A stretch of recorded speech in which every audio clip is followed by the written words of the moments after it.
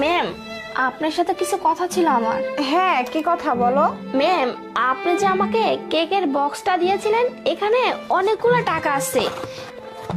এই যে দেখুন, হয়তোবা আপনার মনে নেই, আপনি ভুল করে টাকাগুলো এটার মধ্যে রেখে দিয়েছেন। টাকাগুলো নিন আর আমাকে কেকের বক্সটা দিন। ও আচ্ছা, টাকা না।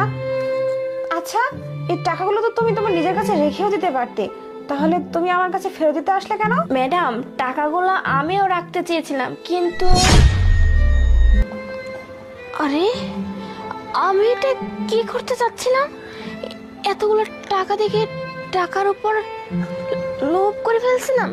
ছি ছি ছি, আমি এত বড় অন্যায় কি করে করতে যাচ্ছিলাম? ম্যাডামের কত বিশ্বাস আমার উপরে। ম্যাডাম বিশ্বাস করে তার কোম্পানির দায়িত্ব আমার উপর দিয়ে রাখছে, আর আমি কিনা সামান্য টাকার লোভ সামলাতে পারি নাই।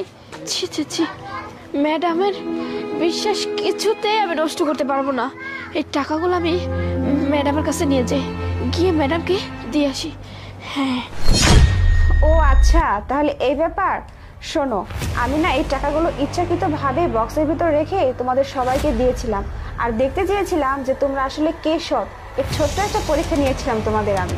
ম্যাম, এই টাকার উপরে আমার কোনো লোভ নেই, কিন্তু এক সময় আমারও লোভ হয়েছিল, কিন্তু তারপরে মনে করলাম যে আমি যদি এই টাকা নিজের কাছে রেখে দেই, হয়তো বা কয়েকদিন ভালো চলতে পারবো, ভালো মন্দ খেতে পারবো, কিন্তু তারপর আমি ওপরওয়ালার কাছে কি জবাব দিব? আমি এটাই বলবো যে আমি অন্যের টাকা মেরে খেয়ে বড়লোক হয়েছি? না না ম্যাডাম, আমি এটা কখনো করতে পারবো না। আমি আপনার টাকা ফেরত দিচ্ছি, এটাই অনেক কিছু। শোনো, আমার অফিসে যারা কাজ করে তারা হয়তো সবাই ভালো, আর লোভ, লালসা, সততা কম বেশি সবার মধ্যেই থাকে, কিন্তু আমি দেখতে চেয়েছিলাম আসলে প্রকৃতপক্ষে সৎ কে, আর সেটা হচ্ছে তুমি। দেখো, ওই দুজনকেও তো আমি টাকা দিয়েছিলাম, কিন্তু তারা লোভের বশবর্তী হয়ে টাকাগুলো মেরে দিছে। তারা আমার কাছে টাকাগুলো ফেরত দিতে আসেনি, কিন্তু তুমি আসছো, আর তুমি হচ্ছে সবচেয়ে সৎ এবং আমার অফিসের যোগ্যতম একজন ব্যক্তি। তাই তোমার জন্য আমি একটা ছোট্ট গিফটের ব্যবস্থা করেছি। এই নাও, এটা তোমার।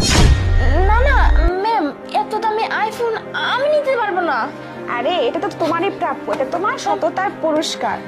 শোনো, জীবনে সৎ থাকলে না অনেক কিছু পাওয়া যায়, কিন্তু অসৎ হলে অনেক কিছু হারাতে হয়। যেমন ওই দুজন হারিয়েছে তাদের চাকরিটা, আজকের পর থেকে তাদেরকে আমি এই কোম্পানি থেকে বের করে দিব, আর তোমাকে আমি পুরস্কৃত করলাম, আর সেই সাথে আজকে থেকে তুমি আমার এই কোম্পানির ম্যানেজার পোস্টে পদোন্নতি করলে। Thank you madam. ঠিক আছে, এখন যাও।